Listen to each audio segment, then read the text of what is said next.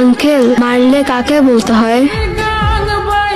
কি হয়েছে? আমরা নারী ও শিশু নির্যাতন প্রতিরোধ সংস্থা থেকে এসেছি।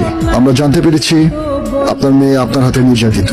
ছি মা, এভাবে বাইরের লোকদের সামনে মাকে নিয়ে মিথ্যে বলতে হয়? ওনারা কি মনে করলো বলো তো? মা তোমাকে এত আদর করি,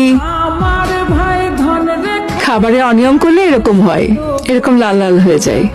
আপনি বাচ্চাদের দিকে খেয়াল রাখবেন আর আমরা পুরো বিষয়টা ফলো আপ রাখবো। কি খবর অমল, সব ঠিকঠাক? এই টনটনা ভাবে ডিউটি করতেছি, কিন্তু কিন্তু আবার কি? না স্যার, আপনি তো প্রায় সময় বাড়িতে থাকেন না, এদিকে বাড়িতে। এদিকে বাড়িতে আবার কি হলো? না স্যার, করছিলাম কি, ওই একটা সিসিটিভি ক্যামেরা লাগায় ফেলেন, সোর্সটা বেরিয়ে গেছে, বাড়ির মূল্যবান জিনিসপত্র ক্ষয়ক্ষতি হয়ে যেতে পারে। আমি যাচ্ছি স্যার। কি বলে অমল? না, বাসায় একটা সিসিটিভি লাগানোর জন্য বললো। ও, বাচ্চারা কোথায়? ঘুমিয়ে গেছে। মর্নিং। কি হয়েছে মা তোমার? কি হয়েছে? কালকে দুজনে ইচ্ছে মতো শাওয়ার নিয়েছে, শরীর খারাপ করেছে, কিন্তু কে শুনে কার কথা? এটা কিন্তু ঠিক না, মায়ের কথা শুনতে হয়।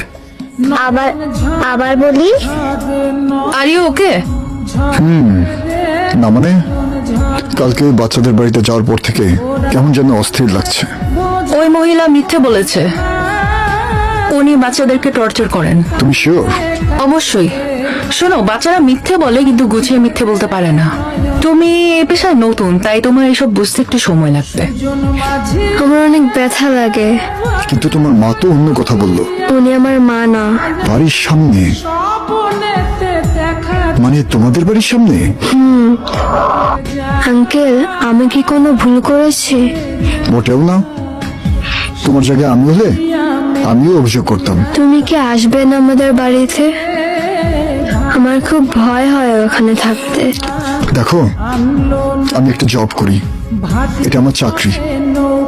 কাল থেকে সপ্তাহখানেকের জন্য আমি একটু অফিসের বাইরে থাকবো। তোমাদের বিষয়টা এখানকার আরেকজন অফিসার দেখবে।